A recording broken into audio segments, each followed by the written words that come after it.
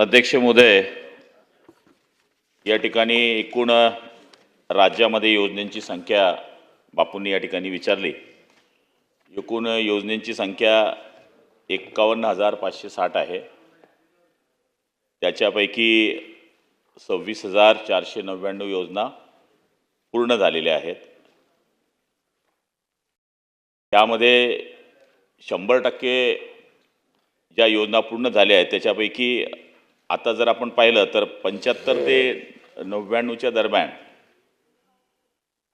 6,409 योजना आहेत। त्याच्याकरता 12,186 कोटी रुपये आपल्याला आवश्यक आहे आणि एकूण 51 ते 75 याच्या दरम्यान जर पाहिल्या तर 8,324 योजना आहेत। त्याच्याकरता आपल्याला 12,650 कोटी रुपये अपेक्षित आहे। 26 ते 50 याच्यामध्ये एकूण 1,782 कोटी आतापर्यंत खर्च झालेले आहेत। त्याच्यापैकी आता आपल्याला आवश्यक निधी 5,422 कोटी आहे।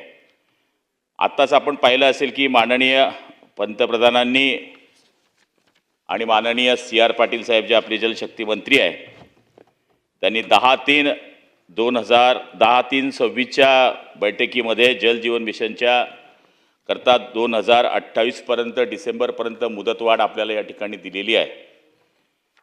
मागचा जर प्लॅन पाहिला तर देशाचा प्लॅन हा 3,59,000 कोटीचा या ठिकाणी होता। तो आता 8,69,000 कोटी रुपयाचा देशामध्ये या ठिकाणी मंजूर करण्यात आलेला आहे।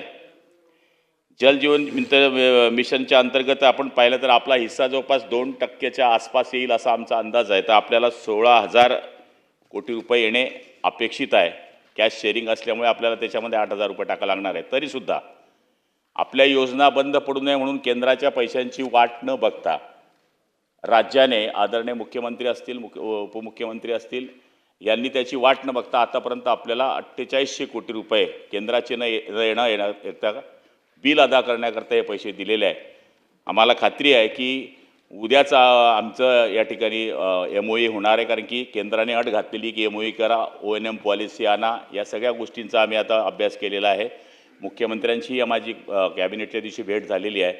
2 दिवसाच्या आत आमचा प्रस्ताव गेला की एवढ्या 5-6 दिवसामध्ये आपल्याकडे पैसे रिलीज होतील असा आमचा अंदाज आहे। ते आल्यानंतर BA अदा केल्यानंतर आम्ही असं ठरवलेलं आहे की सिंगल व्हिलेजची स्कीम आहे 75 ते 99, 50 ते 75 यांच्याचा एक नियम लावून ज्या लवकरात लवकर पूर्ण होतील त्यांना लवकरात लवकर पैसे देणे, हे सगळं माननीय मुख्यमंत्र्यांशी चर्चा केल्यावर या ठिकाणी होईल।